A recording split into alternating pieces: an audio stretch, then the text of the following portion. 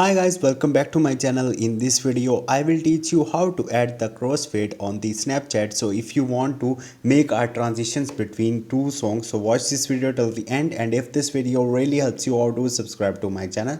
So first of all, you have to open your Snapchat mobile application and log into your account. After that, you have to click on the settings by tapping on the right top, and now you are in the settings. Here you will see crossfade. Just you have to drag it like this.